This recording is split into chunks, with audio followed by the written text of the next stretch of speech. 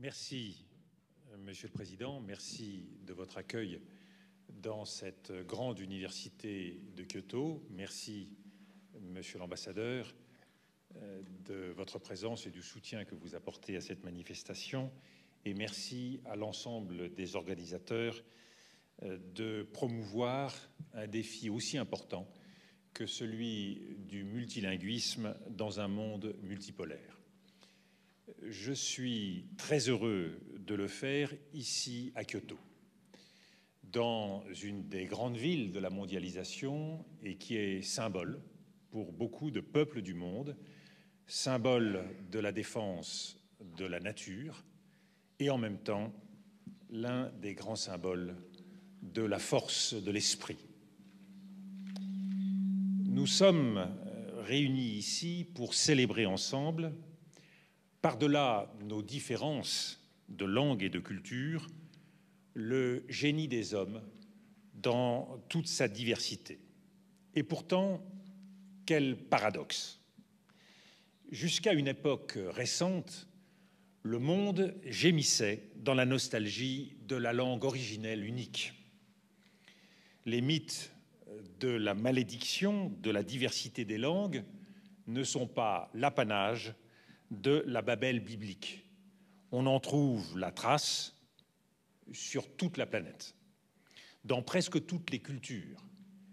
Une légende thaï raconte qu'une princesse sauvage venue des forêts et des montagnes fut tenue captive par un roi à compter les grains de riz. Elle s'enfuit, elle sema la zizanie parmi les langues, parmi les hommes du roi, lorsque ceux-ci tuèrent le python qui abritait en fait l'esprit de la princesse. Malédiction qui est encore plus sombre encore chez les aborigènes, la sorcière Wururi, au moment d'être démembrée, déchiquetée, dévorée à un banquet où avait été convié l'ensemble des peuples de la terre, maudit ses bourreaux. Chaque convive, de ce fait, parlera une langue différente, comme absorbée en même temps que le membre mangé.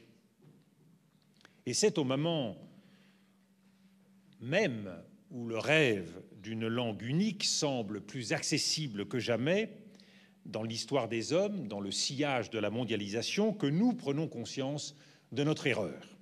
Ce qui était vécu comme une malédiction était en fait la principale richesse. La malédiction, c'était l'incapacité à se comprendre. Mais en même temps, la diversité signifiait aussi la conquête du feu prométhéen. Depuis la geôle de ces langues, privé du confort de la langue originelle, donnée des dieux, perdu dans la diversité des langues, l'homme a dû se saisir de son destin, faire sienne cette langue et jeter des ponts vers les autres. Il dut faire l'effort ingrat de traduire, de transvaser les beautés et les connaissances d'une langue à l'autre. Il dut, par le labeur, la patience, s'ouvrir à la langue des autres, l'apprendre et la transmettre, se libérer en quelque sorte de son propre enfermement. Ici même, nous sommes dans un de ces lieux qui n'aurait pas été possible sans l'éclatement et la fragmentation des hommes. Les universités, leur noble mission de faire vivre et coexister les langues les unes avec les autres, sont le premier témoignage de la liberté des hommes. Alors aujourd'hui, pendant que le monde marche à grands pas vers son unité, saisissons-nous à nouveau, avec volontarisme, avec confiance, du don des langues pour construire un monde riche de toute sa diversité et en même temps de toutes ses différences. Avec lucidité, avec courage, il faut nous demander où va la diversité des cultures et des langues si nous n'agissons pas. Que perdons-nous en perdant la diversité? De quel levier disposons-nous pour infléchir le destin linguistique du monde? nous avons devant nous le risque d'un monde asséché de la richesse de ses langues et en même temps asséché de ses cultures. Qui peut se satisfaire d'un monde où meurent les langues? Il faut bien aujourd'hui se résoudre au constat amer. Les langues sont mortelles, à un rythme effrayant, les langues se perdent dans le cours de l'histoire comme jamais elles ne le furent auparavant. Les voici peu à peu absorbées, vaincues, des langues que plus personne n'enseigne, des langues que plus personne ne parle. Ces victimes silencieuses, ce sont avant tout les langues premières, langues fragiles, langues isolées, avec peu de locuteurs, souvent encerclées par des langues conquérantes. Les langues de l'Amazonie, les langues indiennes d'Amérique, les langues des montagnes thaïlandaises ou birmanes sont de celles-là. Elles font partie de ces langues menacées. Souvent, le processus prend l'apparence d'une mort naturelle, mais l'est-elle jamais tout à fait? Parfois, l'acte est délibéré par une volonté d'assimilation, de normalisation ou encore d'unification. De tel côté du monde, on interdit naguère l'enseignement du tibétain. D'autre côté, on défendit jadis l'enseignement en breton, en basque, en alsacien et par souci patriotique. Partout, le phénomène est irréversible. En effet, avec une langue meurt une part de l'expérience humaine. Il ne s'agit pas seulement de syntaxe et de lexique qu'il suffirait d'entreposer dans un livre à rouvrir quand bon semble plus tard. Avec la langue disparaît une façon de voir le monde, une façon de dire le monde, une façon de connaître le monde qu'avait patiemment élaboré une communauté d'hommes. Le nom des choses, pour bien des peuples, pour bien des poètes, à la suite, est la réalité de ces choses. Ce qui reste après la fin des langues, ce sont des fantômes. Humboldt déjà l'avait pressenti, la linguistique est une science de l'homme dans son ensemble, une voie d'accès à l'âme d'un peuple. 40 mots différents désignent la glace, à ce qu'il paraît, dans les langues inuites. Il n'y a pas moins de 10 mots pour dire le sable en arabe. Quel gaspillage d'énergie, pense notre siècle de raison. Mais quelle formidable épaisseur du monde, devrions-nous dire. Il est aussi des exemples de renaissance. Ils prouvent la réciproque, une expérience commune appelle une langue commune. Quelle formidable aventure que la résurrection de l'hébreu moderne sur les vestiges de l'hébreu liturgique, langue disparue, éclatée dans la diaspora, où elle s'était peu à peu absorbée dans les parlers locaux, le yiddish, le judesmo, le judéo-espagnol. L'hébreu a ressurgi avec le mouvement sioniste de Herzl, avec la volonté de vivre ensemble, de trouver en Palestine un foyer juif. Aujourd'hui, l'hébreu est vivace, parlé également par des non-juifs. Il a suscité une musique, un cinéma et surtout une littérature riche, associée au nom d'Amos Oz ou d'Abraham B. Yehoshua. De langue artificielle, volontaire, elle est redevenue, en un siècle à peine, une langue maternelle. C'est à juste titre qu'on dit les langues maternelles, et doublement. D'une part, c'est en elles que s'incarne notre filiation, notre place dans la lignée des hommes et des femmes réunis par l'affection mutuelle. Cette langue-là aussi est plus qu'une grammaire rigide. Elle vit dans ses inflexions, ses accents, ces mots qui sont compris des seuls proches. D'autre part, cette langue enveloppe et aide celui qui la porte à se saisir du monde. Elle fait le pont entre l'homme et son monde, comme une mère pour son enfant. Cette langue-ci est mère de l'homme. Ainsi, parmi les langues, c'est à toutes les échelles que règne la diversité, depuis l'individu jusqu'au monde. Il faut entretenir la richesse de l'expérience commune, 6000 langues à l'échelle du monde. mais 1000 seulement parlées par plus de 100 000 personnes. Car un autre risque plus insidieux guette les langues, les plus petites comme les plus grandes. C'est le risque de l'appauvrissement. Une langue qui se prive de ses accents, de ses tournures régionales, de ses argots, quel avenir lui reste-t-il? Les anglicismes qui gagnent dans bien des langues, emprunts de la langue dominante, qui sonnent parfois comme des tribus, sont l'appauvrissement de tous.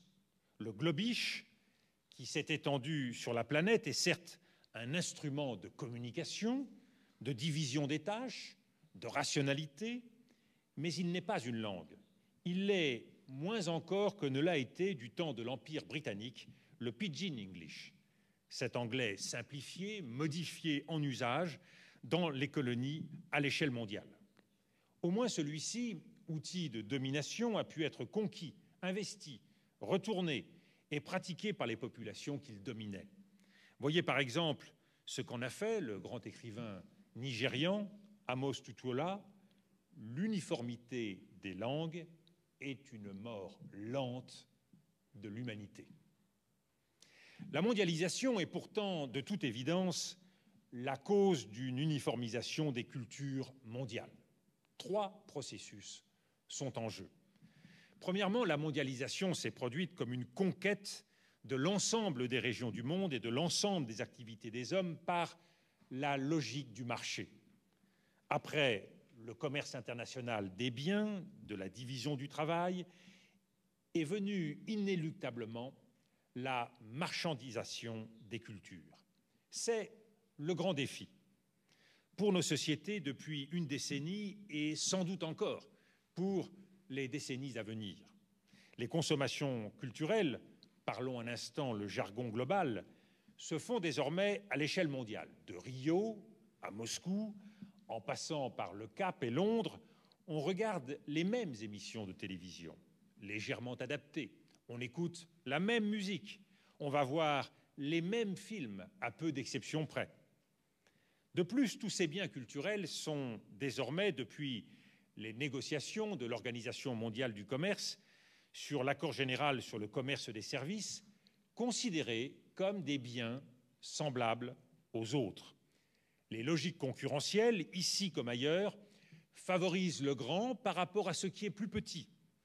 La simplification du paysage linguistique devient ainsi une simple économie d'échelle. Il faut en tirer une première conséquence pour notre propos.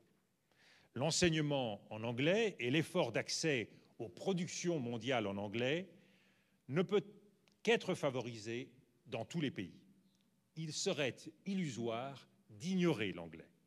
Une défense de la diversité passe par l'investissement de l'instrument même qui est à l'origine de l'uniformisation. L'enseignement de l'anglais, même très simplifié dans les écoles, doit être précoce, en prise avec les réalités du monde, aussi bien économiques que culturelles, et en même temps laisser place à la diversité des expériences mondiales qui l'habitent, à travers les correspondances entre établissements scolaires, par exemple. Je parlerai par la suite du statut, lui aussi privilégié, du français. Deuxièmement, la mondialisation favorise la réduction de la richesse et du foisonnement du monde aux besoins des regards mondialisés. Jamais autant qu'aujourd'hui, on ne s'est intéressé aux cultures lointaines, aux langues rares. Mais c'est le plus souvent pour les réduire à un exotisme facilement assimilable. Le regard des hommes et des femmes des métropoles mondiales, à mesure qu'ils s'éloignent des réalités traditionnelles, qu'ils ne vivent que dans le présent, transforme, sans même y prendre garde, le monde hors des murs de ces villes en un agglomérat de réserves indiennes, de mouroirs pour peuples et langues minoritaires. Il faut en tirer une deuxième conclusion. Les langues rares doivent être enseignées pour elles-mêmes et non pour la satisfaction exotique qu'elles procurent. Il ne faut pas les réduire à des langues figées, à une culture presque morte, mais faire vivre en elles ce qu'il y a de plus moderne, de plus en prise avec le monde dans son ensemble. il faut assurer le chemin dans les deux sens, en traduisant les richesses culturelles de notre langue vers la leur, aussi bien que de la leur vers la nôtre. Troisièmement, les nouvelles technologies de l'information et de la communication qui ont accompagné et à bien des égards rendu possible tous ces étonnants changements ont comme d'elles-mêmes favorisé une simplification des paysages culturels. Internet en particulier a transformé la communication. Le médium est le message, faut-il le rappeler. Or, sur Internet, 80% des contenus sont en langue anglaise. Plus exactement, dans une forme d'anglais qui s'est adaptée en simplicité, en tic, en jargon, à la culture technologique nouvelle. Les autres langues sont à la traîne, même si elles tendent à progresser en termes relatifs, mais plus insidieusement encore, certaines langues souffrent plus que les autres du terrain d'Internet, en raison des problèmes de transcription, de simplification pour les claviers. C'est le cas de tous les contenus dans les alphabets non latins. C'est le cas du japonais, ce sera le cas du mandarin, quand les Chinois investiront pleinement la toile mondiale. La conclusion qu'il convient de tirer de ce constat est claire. La diversité des contenus sur Internet, leur accessibilité par les moteurs de recherche, le référencement des sites doivent devenir le centre d'attention de tout le monde afin de limiter la réduction que peut engendrer encore à l'avenir ce modèle de communication mondiale. Quelques langues pourraient-elles alors prendre en charge le patrimoine de l'humanité mieux qu'une seule? Si le pont unique de l'anglais mondial n'est pas une solution pour rendre accessible à tous l'expérience entière de l'humanité, faut-il parier sur quelques passerelles adroitement reliées les unes aux autres? Je ne le crois pas davantage. Un Yalta des langues, un Tordesillas des cultures, un partage du monde, même involontaire et implicite, entre quelques langues dominantes, ne serait rien d'autre que l'antichambre de l'uniformisation. Vouloir défendre quelques langues en sacrifiant les autres, c'est pervertir le sens même de la diversité, c'est feindre la différence pour masquer la fermeture imposée à toutes les langues minoritaires. C'est en somme non pas créer un pont, mais forger des barreaux pour une prison mondiale, un grillage de langues, selon l'expression du poète Paul Celan. Les grandes langues de l'Asie sont le témoin que la diversité habite en leur sein et que l'uniformisation n'était ni souhaitable ni possible. La domination des langues, le mandarin, l'hindi par exemple, reste fragile, en équilibre instable, parcouru de multilinguisme et de zones aveugles. 200 langues habitent l'Inde et aucune n'est parlée par tous les Indiens. Mais de proche en proche, peu à peu, tout le monde finit quand même par se comprendre. En Chine, la centralité du mandarin n'est qu'une apparence. Sans doute n'y a-t-il guère plus de 45% des Chinois qui parlent le mandarin. Le reste est dévolu à une grande diversité de langues et de dialectes, de Canton à Shanghai, de Chongqing à Hainan. Mais il y a néanmoins un rôle particulier que les langues mondiales historiques, l'anglais, le français, l'espagnol ou le portugais, ont à jouer. Ces 4 langues sont les seules qui soient parlées majoritairement dans des pays d'un bout à l'autre de la planète. Ces langues, en partant à la conquête du monde, en bien mauvaise compagnie, il faut le rappeler avec la domination coloniale, se sont transformées. Elles ont absorbé en elles une partie de l'épaisseur du monde.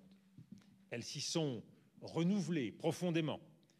Elles y ont été conquises par ceux qu'elles avaient voulu conquérir, comme le grec des royaumes hellénistiques a fini par changer Athènes, plus ou autant qu'il avait changé Alexandrie d'Égypte ou Tyr de Phénicie.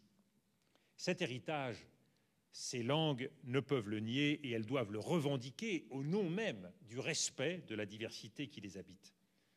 Ainsi, la diversité du monde ne passe-t-elle pas seulement par l'enseignement des langues étrangères, mais par l'ouverture dans l'enseignement de sa propre langue dans bien des pays. À l'issue de ce tour d'horizon, je crois que nous devons en convenir. Il faut ouvrir grand les barrages des cultures pour irriguer à nouveau l'humanité. Octavio Paz, le grand poète mexicain, déjà l'avait dit, toute culture naît du mélange, de la rencontre, des chocs. À l'inverse, c'est de l'isolement que meurent les civilisations. La diversité des langues est un bien public mondial, au même titre que l'air que nous respirons ou l'eau que nous buvons. Car les passeurs de mots sont aussi des passeurs de paix. Les ponts jetés par une politique des langues sont indispensables pour œuvrer au rapprochement des peuples. Les mots sont en effet le territoire commun de tous les passeurs. Plus que des ponts entre les hommes, les langues sont des terrains de passage, des isthmes, des territoires de la pensée, où se meuvent à leur guise les passeurs. La traduction n'est pas une technique, mais un passage, une transposition d'homme à homme, une main tendue vers l'autre, comme l'envisageait le poète René Char. Pont de singe, planche fragile, filin suspendu, toutes les traductions sont hasardeuses. Toutes ne valent que par l'élan de celui qui les entreprend.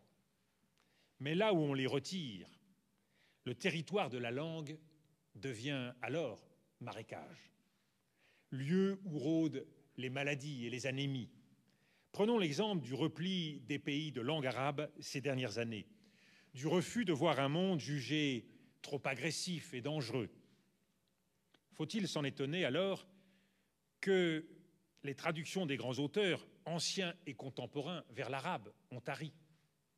Chaque année, ce ne sont désormais plus qu'une poignée de titres qui font l'objet de traductions, en Égypte par exemple.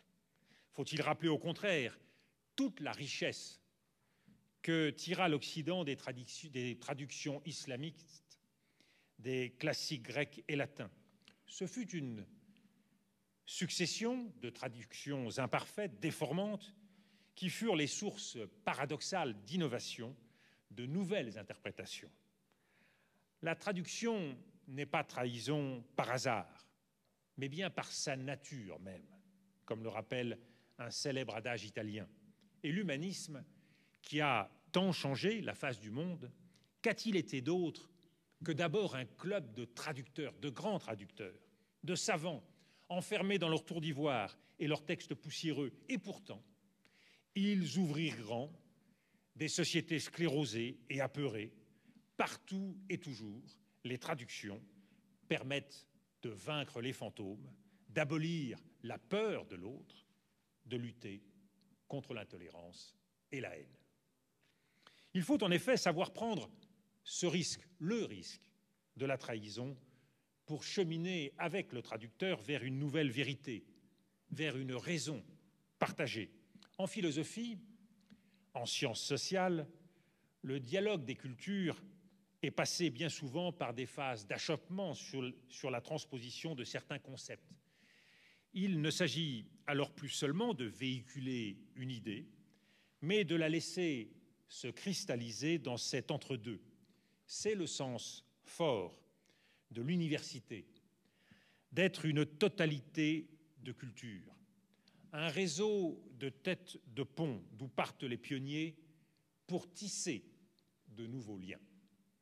C'est le rôle qu'ont assumé en particulier les universités nippones dans leur fructueuse collaboration avec les universités européennes et américaines. C'est tout le cas particulièrement de l'université de Kyoto où j'ai le plaisir de pouvoir vous parler aujourd'hui.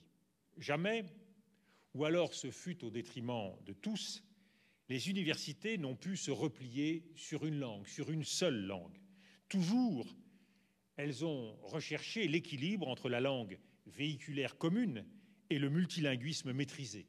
Aujourd'hui aussi, les chercheurs sont rompus au maniement de plusieurs langues de travail. Les échanges d'étudiants à travers le monde se multiplient, favorisant le contact des idiomes et des cultures. À l'intérieur même des langues, les poètes creusent la substance de la langue pour y trouver de nouveaux filons, pour y trouver l'authentique sève de leur temps. Faut-il s'étonner du va-et-vient incessant entre poètes et traducteurs? Parmi les plus brillantes et fulgurantes voix du XXe siècle ont été des traducteurs minutieux et pointilleux. Paul Celan en avait fait le labeur quotidien et le gagne-pain de son alter ego Paul Anchel, soucieux du respect des textes de la littérature française et allemande qu'il aidait ses étudiants à traduire. Jamais il n'a dissocié son travail de poète, son travail de creuseur de mots et celui de traducteur.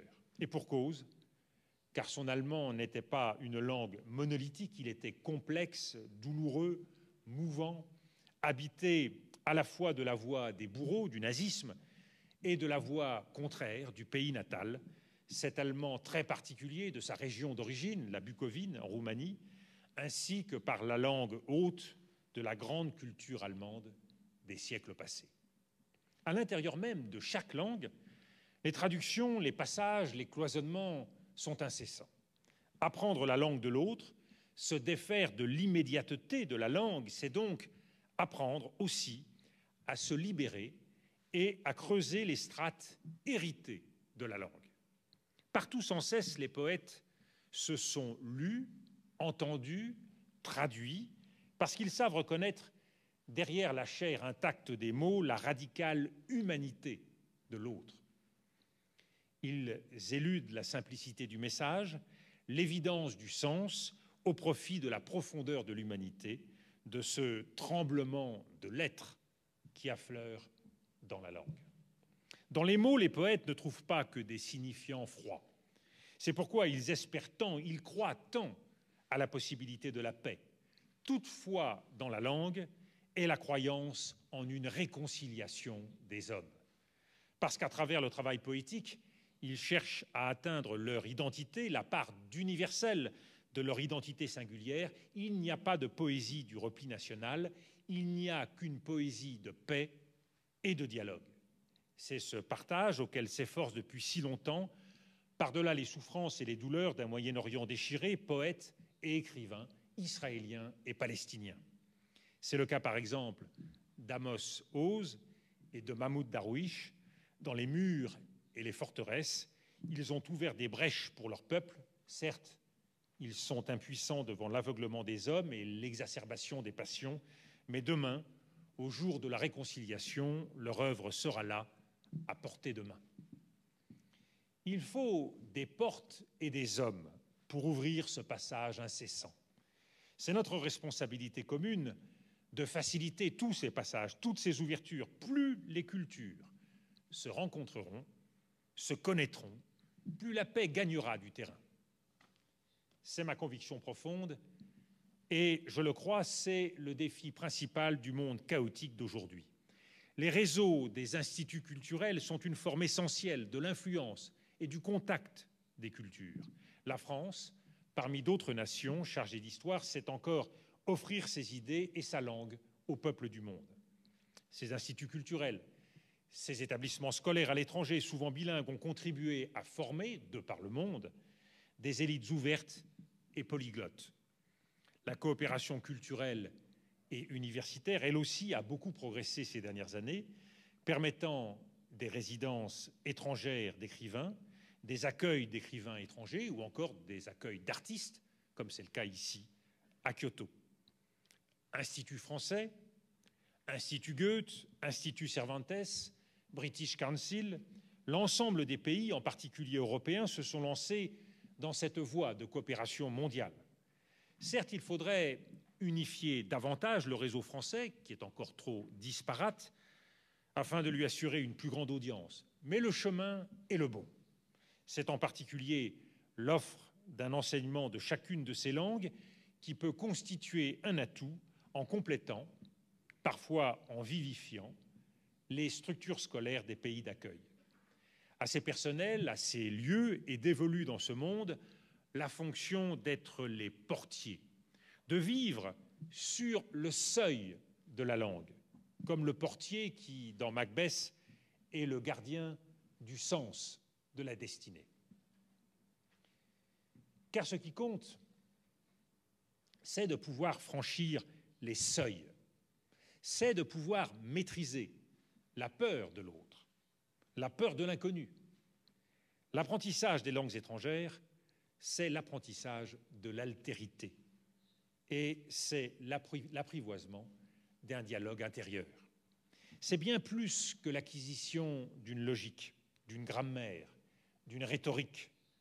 C'est une incursion en l'autre, dans son intimité. Ces langues, ce sont avant tout, ne l'oublions pas, des langues vivantes, mouvantes, frémissantes, que les élèves et les étudiants de tous les pays doivent rencontrer comme telles, en se frottant aux autres, à leur civilisation, à leurs différences, à leurs aspérités. Il n'y a pas d'apprentissage sans contact, sans toucher. Il faut encourager encore les échanges scolaires et les rencontres humaines. C'est la voie qu'a empruntée la réconciliation franco-allemande grâce au volontarisme des institutions d'échange créées par le traité de l'Élysée en 1963. C'est la jeunesse qui doit porter les espérances de l'ouverture. C'est la tendance générale dans les pays de l'OCDE, appuyée par les études internationales sur l'efficacité de l'enseignement des langues. Mais l'effort doit encore être poursuivi. Les enfants doivent très tôt être mis en contact avec les langues étrangères. Elles doivent baigner et accompagner leur développement, leur découverte du monde, pour leur faire sentir la diversité du monde qu'il leur reviendra d'habiter et de partager. Dans le même esprit, il faut plaider pour un large éventail de langues offertes à la connaissance. L'offre linguistique ne doit pas être appauvrie par un utilitarisme à courte vue. Il ne s'agit pas seulement de maîtriser les langues des marchands et des puissants, non plus les langues des seuls voisins. Il faut tendre la main vers le lointain, vers la langue des humbles. C'est la grandeur d'un pays de pouvoir parler au nom du monde entier, au nom des peuples du monde entier. Ne pas laisser une part aveugle du monde dont il ne se préoccuperait pas. Cette diversité, il faut la susciter et la créer dans les écoles, dans les universités, mais il faut surtout la saisir là où elle se trouve aujourd'hui, à nos portes. En effet, ce sont les fleuves humains qui charrient aujourd'hui le vacarme du monde et qui l'irriguent. La mondialisation a profondément changé le paysage des langues mondiales par les flux migratoires qu'elle a générés.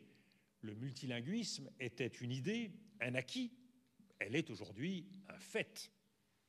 Poussée par les routes du monde, poussée par les injustices, les cruautés, les hantises d'un monde en chaos, ce sont 175 millions d'hommes, de femmes, d'enfants, qui chaque année changent de pays.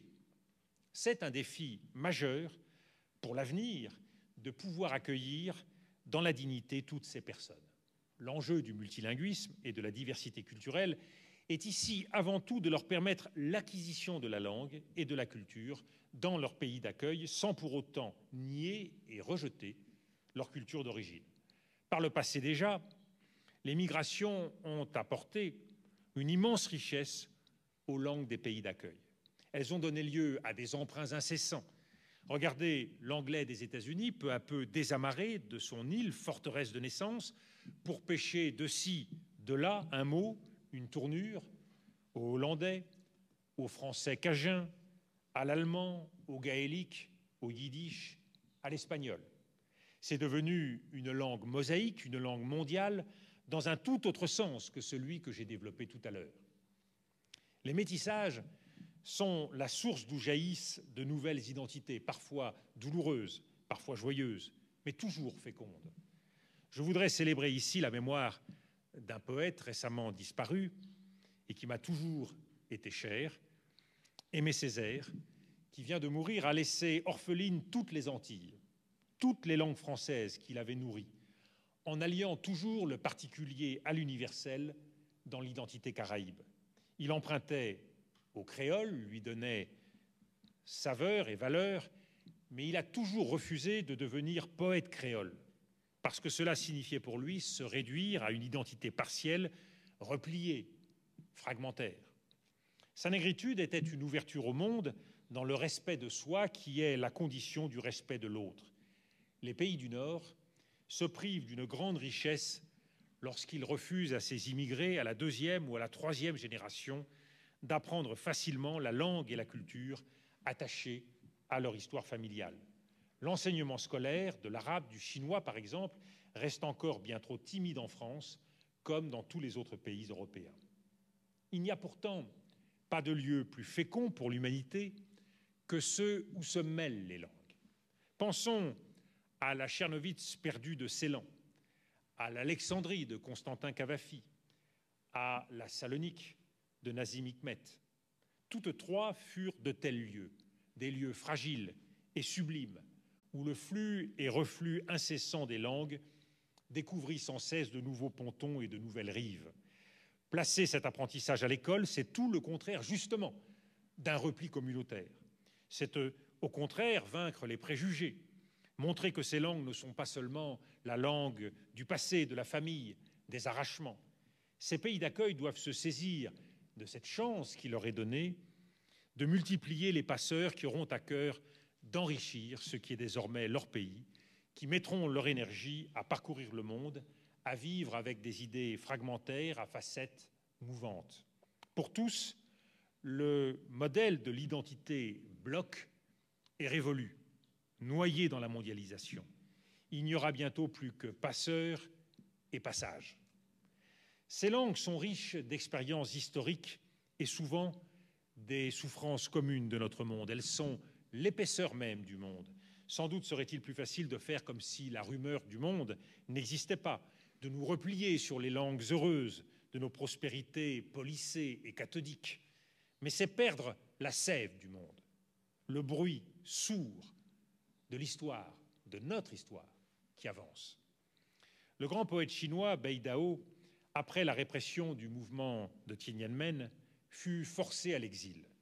Il y découvrit l'importance de la parole poétique.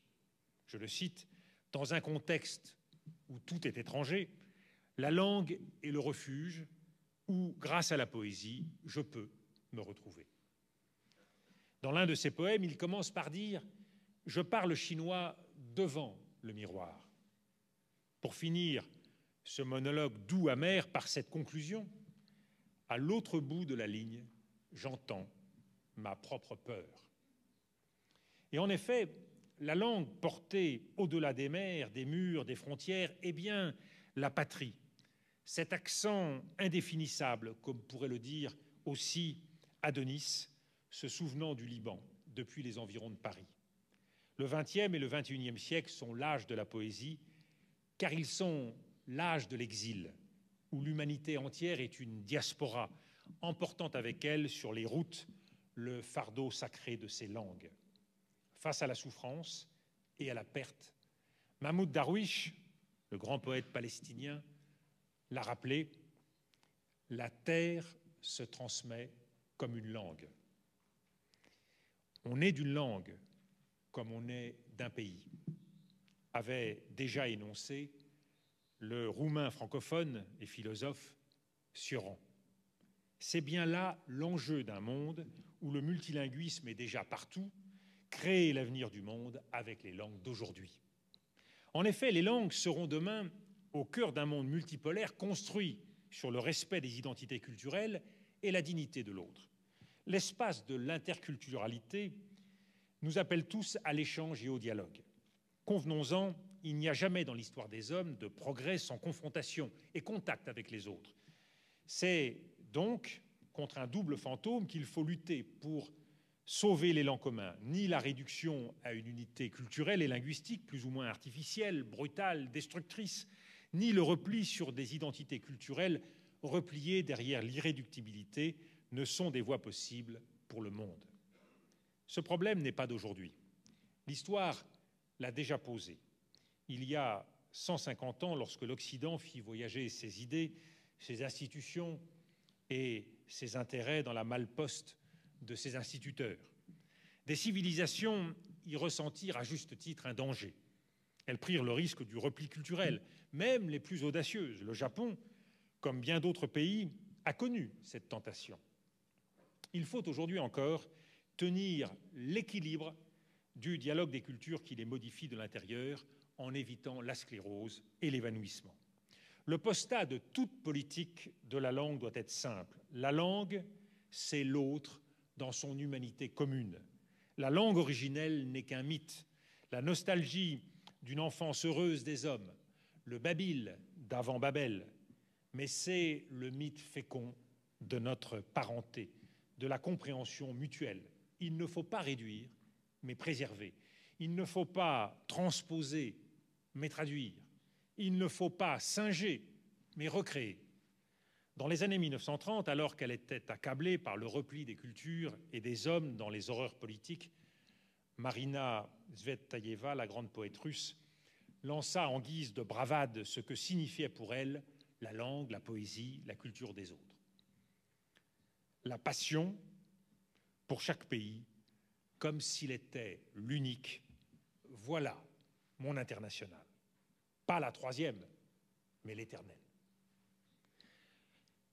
Vous l'aurez compris, je ne crois pas au choc des civilisations. Je ne crois même pas à cette idée qu'il existe des frontières stables et claires entre des civilisations. Il existe des identités humaines qui toutes s'arriment à des langues, qui toutes se modifient par le dialogue des langues et des cultures. Il n'existe qu'un dégradé passionnant et foisonnant de métissage, d'osmose, de passage en contrebande. La seule protection, c'est l'ouverture au monde.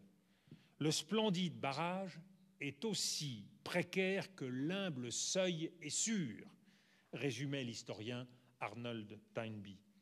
Cela signifie qu'il faut mettre en œuvre des efforts volontaires pour empêcher la rhétorique du choc des civilisations de gagner le terrain de la langue.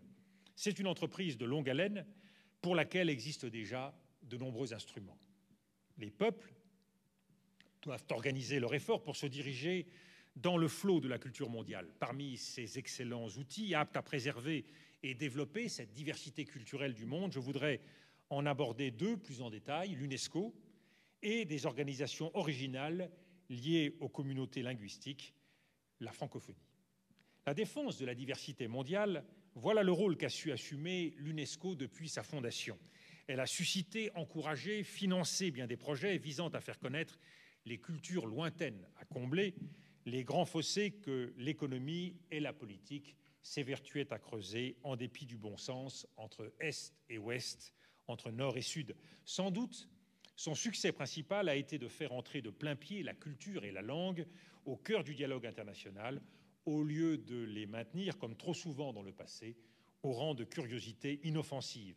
Elle a aussi su attirer l'attention des opinions publiques, des gouvernements parfois, sur le danger que couraient les plus fragiles de ces cultures. Aujourd'hui, il faut lui redonner du souffle en lui faisant adopter une convention internationale de la diversité culturelle dont elle serait la gardienne vigilante.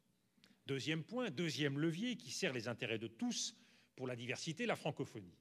Elle a su construire un modèle original et ouvert de relations au monde et à la langue française. Il s'agissait avant tout de prendre acte, au lendemain des indépendances, de la signification du français, langue mondiale qui appartient désormais à une grande diversité d'acteurs politiques. La francophonie n'est pas un modèle de dépendance ou de colonisation culturelle atténuée. Il s'agit avant tout d'un forum permettant à tous les gouvernements, mais aussi à des institutions et les acteurs transnationaux, en particulier dans les milieux éducatifs, de défendre cet intérêt commun qu'est la langue française. Elle est donc un enrichissement réciproque, en aucun cas un corset de normes à imposer. J'en veux pour preuve sa grande capacité d'ouverture, puisque seuls l'engagement et l'amour de la langue sont pris en compte, non le taux de locuteurs. La Roumanie a hébergé le dernier sommet de la francophonie, alors que la proportion de Roumains aujourd'hui parlant français demeure faible. mais il s'agit d'un signe en faveur de la diversité des langues d'usage dans le monde, en faveur d'un très vieux partenariat diplomatique et économique qui remonte à plusieurs siècles. La francophonie est en somme une dialectique de l'universel et du particulier. Elle est devenue, suivant l'expression de mon ami Giovanni Dottoli, une franco-polyphonie. Elle entretient à ce titre des liens profonds avec les thèmes de la négritude d'Aimé Césaire et de Léopold Sédar Senghor, l'un des fondateurs de la francophonie. Elle est le cas d'une langue d'après l'Empire, d'une langue qui a appris à se défaire du rêve de l'unité et qui, à ce titre, a un message à donner au monde. La poétesse libanaise Vénus Kourigata l'a souligné avec force, la langue française avait besoin de toutes ces langues qui viennent d'ailleurs pour l'enrichir et lui donner une âme. Les institutions ne s'appuient pas seulement sur des déclarations de bonne volonté. Elles sont en outre appuyées par un réseau original et puissant de communication qui est aujourd'hui en pleine mutation. Radio France Internationale et sa présence à l'échelle mondiale, en offrant des programmes équilibrés et ouverts à la diversité, est un exemple de réussite dans le domaine des politiques culturelles et linguistiques mondiales. Il s'est agi de distinguer les intérêts de la langue française et ceux de la France. Mais cela a permis aussi à la francophonie de porter un projet politique de coopération, de développement privilégié et de partenariat qui dépasse le cadre strictement culturel. La conférence de La Baule, en 1991, avait montré comment la francophonie devait être liée partout sur le globe à un effort en vue de la démocratisation. Le dialogue des langues et des cultures doit aussi se faire de proche en proche. La construction de l'Europe en est l'exemple. L'Europe est un cas unique dans l'histoire, car elle s'est construite, et doit se construire encore, comme une unification politique appuyée sur la diversité des langues. Certes, il existe bien des pays où le multilinguisme est une réalité, la Chine, l'Inde ou encore bien des pays d'Afrique. Dans aucun d'entre eux, l'unification ne s'est faite volontairement à partir des différentes aires linguistiques. Partout, ce sont des pouvoirs forts qui ont conquis, absorbé, digéré des espaces de langues différentes. Le multilinguisme et la diversité culturelle ont été triplement centraux dans la construction européenne. Premièrement, les pères fondateurs ont fait le pari, à l'issue d'un conflit qui avait manifesté l'impasse des nationalismes étroits, de l'intensification des échanges culturels et linguistiques comme préalable aux efforts politiques. Associations de jeunesse et institutions ont bâti la paix et l'unité européenne avec les mains énergiques des jeunesses de chacun des pays membres. L'Europe ne se serait pas réalisée sans l'élan des voyages d'études linguistiques, de mariages binationaux qui se sont multipliés dans les années 50 et 60. Après la négation de l'autre, était venu le temps du respect de la diversité. L'amitié franco-allemande en a été la clé. En deuxième lieu, la diversité des langues et des cultures était aussi au cœur des processus institutionnels grâce au choix d'une multiplicité de langues de travail, de la réunion de personnels de tous horizons apportant leur culture politique propre. Il s'en est dégagé un esprit de Bruxelles, parfois déroutant, mais orienté vers des compromis ouverts et un dialogue patient. Certes, c'est un poids financier. Il faut gérer le temps et l'argent rendu nécessaire par les traductions systématiques. Avec l'élargissement des 27, l'équilibre est aussi devenu plus fragile. Il demande sans doute une rénovation. Enfin, l'Europe a mené une politique volontaire de diversification linguistique et culturelle. La culture de l'ouverture se devait en effet de se tourner aussi vers l'intérieur de chaque nation. La Charte européenne des langues régionales a permis de reconnaître la richesse liée au patrimoine linguistique de chaque pays dont l'histoire avait souvent maintenu sous le boisseau ses langues et ses dialectes. Aujourd'hui, avec la maturité et la stabilité, est venu le temps de la confiance dans la diversité. D'autre part, les financements européens ont toujours cherché à favoriser l'émergence de projets multiculturels à cheval sur les langues et les cultures.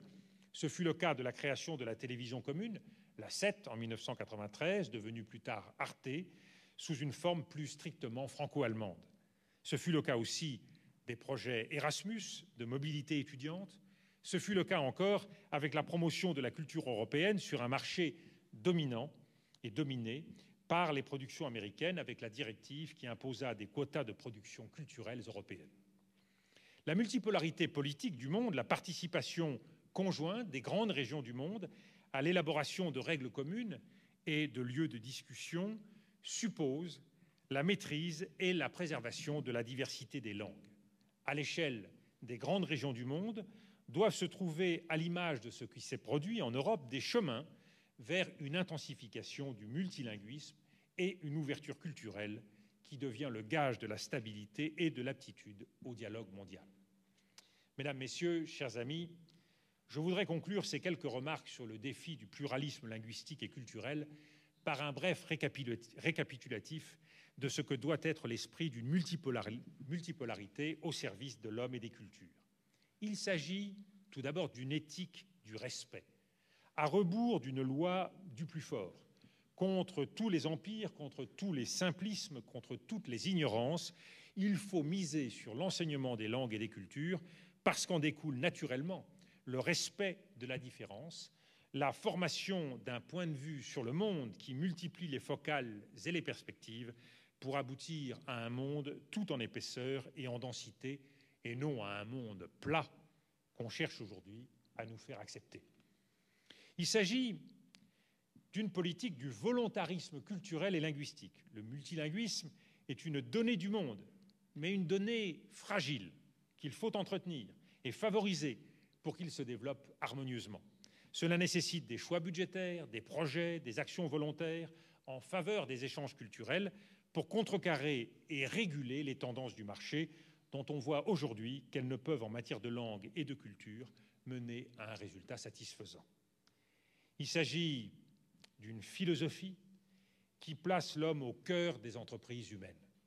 L'humanisme construit sur la coexistence du divers et du commun, du singulier et de l'universel reste la seule voie possible vers l'émancipation de l'humanité. Seule la confiance permet aux hommes de mener entre eux un dialogue fructueux. La traduction, le passage incessant du connu à l'inconnu, la symétrie des méconnaissances permet seule de dépasser l'enfermement en soi et de s'ouvrir aux autres. Ce texte que vous lisez ou que vous entendez dans une langue que je ne peux parler, que je prononce dans une langue que pour beaucoup d'entre vous, vous ne pouvez entendre, est bel et bien le symbole de cette confiance dans la transmission juste du sens, garantie par le travail et les efforts des passeurs de langue. Que les traducteurs soient ici remerciés les premiers au moment de clore mon propos. Je vous remercie.